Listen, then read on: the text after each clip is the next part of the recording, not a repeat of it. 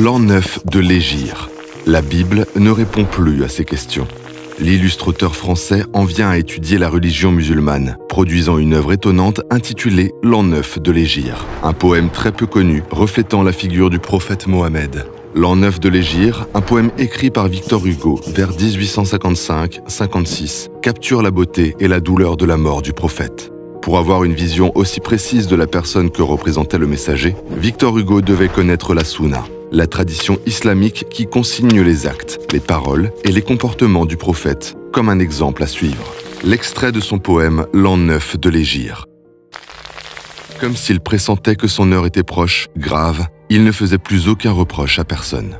Il marchait en rendant aux passants leur salut. On le voyait vieillir chaque jour, quoiqu'il eût à peine 20 poils blancs à sa barbe encore noire. Il s'arrêtait parfois pour voir les chameaux boire, se souvenant du temps qu'il était chamelier, et disait « La beauté sur terre, au ciel le jour ». Il semblait avoir vu l'Éden, l'âge d'amour, les temps antérieurs, l'ère immémoriale. Il avait le front haut, la joue impériale, le sourcil chauve, l'œil profond et diligent, le cou pareil au col d'une amphore d'argent, l'air d'un Noé qui sait le secret du déluge.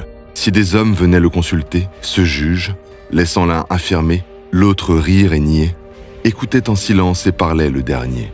Sa bouche était toujours en train d'une prière. Il mangeait peu, serrant sur son ventre une pierre. Il s'occupait lui-même à traire ses brebis. Il s'asseyait à terre et cousait ses habits. Il jeûnait plus longtemps qu'autrui les jours de jeûne, quoiqu'il perdît sa force et qu'il ne fût plus jeune. À 63 ans, une fièvre le prit. Il relut le Coran de sa main même écrit. Puis, il remit au fils de Séïd la bannière en lui disant « Je touche à mon aube dernière. Il n'est pas d'autre Dieu que Dieu. Combat pour lui. » Et son œil, voilé d'ombre, avait ce morne ennui d'un vieux aigle forcé d'abandonner son air. Il vint à la mosquée à son heure ordinaire, appuyé sur Ali, le peuple le suivant. Et l'étendard sacré se déployait au vent. Là, pâle, il s'écria, se tournant vers la foule. Peuple, le jour s'éteint, l'homme passe et s'écroule. La poussière et la nuit, c'est nous. Dieu seul est grand. Peuple, je suis l'aveugle et je suis l'ignorant. Sans Dieu, je serais vil plus que la bête immonde.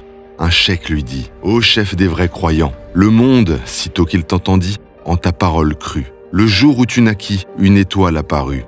Et 3 tours du palais de Khosroès tombèrent. Lui reprit, sur ma mort les anges délibèrent. L'heure arrive, écoutez. Si j'ai de l'un de vous mal parlé, qu'il se lève, au peuple et devant tous, qu'il m'insulte et m'outrage avant que je m'échappe. Si j'ai frappé quelqu'un, que celui-là me frappe. Et, tranquille, il tendit au passant son bâton. Une vieille tondant la laine d'un mouton, assise sur un seuil, lui cria « Dieu t'assiste !»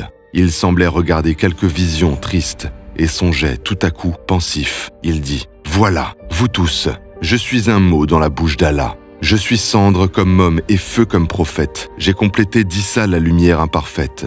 Je suis la force, enfant. Jésus fut la douceur. Le soleil a toujours l'aube pour précurseur. Jésus m'a précédé, mais il n'est pas la cause. Il est né d'une vierge, aspirant une rose. Moi, comme être vivant, retenez bien ceci. Je ne suis qu'un limon par les vices noircis. J'ai de tous les péchés subi l'approche étrange. Ma chair a plus d'affront qu'un chemin n'a de fange. Et mon cœur, par le mal, est tout déshonoré. Ô vous tous, je serais bien vite dévoré, si dans l'obscurité du cercueil solitaire, chaque faute de l'homme engendre un ver de terre. Fils, le damné renaît au fond du froid caveau, pour être par les vers dévoré de nouveau. Toujours sa chair revit, jusqu'à ce que la peine finie, ouvre à son vol l'immensité sereine. Fils, je suis le champ vil des sublimes combats, tantôt l'homme d'en haut, tantôt l'homme d'en bas. Et le mal dans ma bouche, avec le bien alterne, comme dans le désert le sable et la citerne. Ce qui n'empêche pas que je n'ai, ô croyant, tenu tête dans l'ombre aux anges effrayants, qui voudraient replonger l'homme dans les ténèbres. J'ai parfois dans mes poings tordus leurs bras funèbres. Souvent, comme Jacob, j'ai la nuit, pas à pas, lutté contre quelqu'un que je ne voyais pas. Mais les hommes, surtout, ont fait saigner ma vie. Ils ont jeté sur moi leur haine et leur envie. Et comme je sentais en moi la vérité, je les ai combattus, mais sans être irrité. Et pendant le combat, je criais « Laissez faire, je suis seul, nu, sanglant, blessé, je le préfère. Qu'ils frappent sur moi tous, que tout leur soit permis. Quand même se ruant sur moi, mes ennemis auraient, pour m'attaquer dans cette voie étroite, le soleil à leur gauche et la lune à leur droite. Ils ne me feraient point reculer. C'est ainsi qu'après avoir lutté 40 ans, me voici arrivé sur le bord de la tombe profonde. Et j'ai, devant moi, Dieu, derrière moi, le monde. Quant à vous qui m'avez dans l'épreuve suivi, comme les Grecs Hermès et les Hébreux Lévi, vous avez bien souffert, mais vous verrez l'aurore. Après la froide nuit, vous verrez l'aube éclore.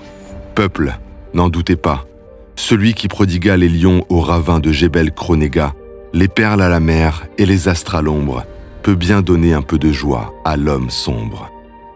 Il ajouta, « Croyez, veillez, courbez le front. Ceux qui ne sont ni bons ni mauvais resteront sur le mur qui sépare Éden d'avec l'abîme, étant trop noir pour Dieu mais trop blanc pour le crime. Presque personne n'est assez pur de péché pour ne pas mériter un châtiment. Tâchez, en priant, que vos corps touchent partout la terre. L'enfer ne brûlera dans son fatal mystère que ceux qui n'aura point touché la cendre, et Dieu, à qui baise la terre obscure, ouvre un ciel bleu.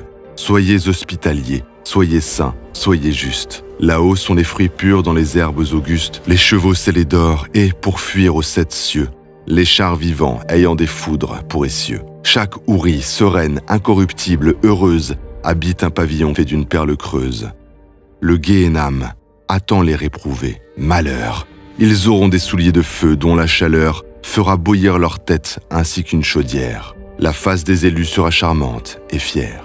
Il s'arrêta, donnant l'audience à l'esprit. Puis poursuivit sa marche à pas lents.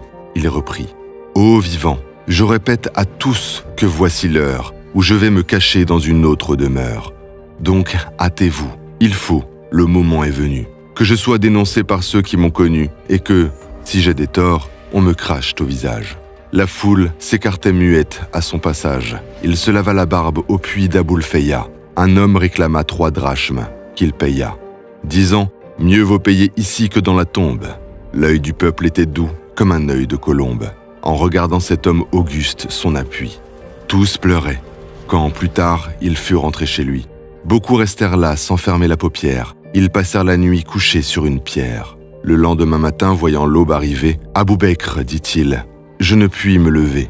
Tu vas prendre le livre et faire la prière. » Et sa femme Aïcha se tenait en arrière. Il écoutait pendant qu'Abou Bekr lisait. Et souvent, à voix basse, achevait le verset. Et l'on pleurait pendant qu'il priait de la sorte. Et l'ange de la mort, vers le soir à la porte, apparut, demandant qu'on lui permît d'entrer. Qu'il entre. On vit alors son regard s'éclairer, de la même clarté qu'au jour de sa naissance. Et l'ange lui dit, « Dieu désire ta présence. » Bien, dit-il. Un frisson sur les tempes courut, un souffle ouvrit sa lèvre, et Mahomet mourut. La légende des siècles, Hetzel, 1859, pages 59 à 65. L'homme est entouré de tous côtés par Dieu. Cette déclaration de Victor Hugo le marque, et fort de sa foi inébranlable en un Dieu qui marque profondément son œuvre. Dans son recueil de poèmes, La légende des siècles, 1859-1883, Victor Hugo illustre l'évolution de l'homme en se fixant pour objectif de dépeindre l'histoire de l'humanité. Combinant récits bibliques, mythologiques, grecs et romaines, métaphysique et mysticisme, Hugo termine son œuvre en rappelant à l'humanité combien nous sommes petits face à l'univers et à l'infini de Dieu. La plume de Victor Hugo ne cessait d'écrire sur l'amour indéfectible qui le liait à Dieu, dont il était certain qu'il jouerait un rôle prépondérant dans la réalisation de son œuvre. Partout, tout le temps, Dieu régissait son monde intérieur et serait la source à laquelle l'auteur puisait ses aspirations, ses idéaux, ses combats.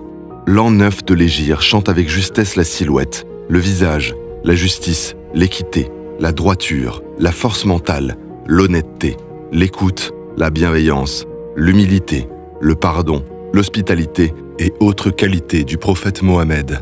Il apprenait ces valeurs pendant les 40 années de son combat pour le bien de l'humanité.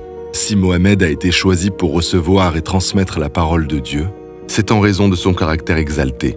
Dans le Coran, Dieu dit de son messager « Tu es d'un caractère magnifique » 68, verset 4. Son épouse Aïcha dira de lui que son caractère était le Coran.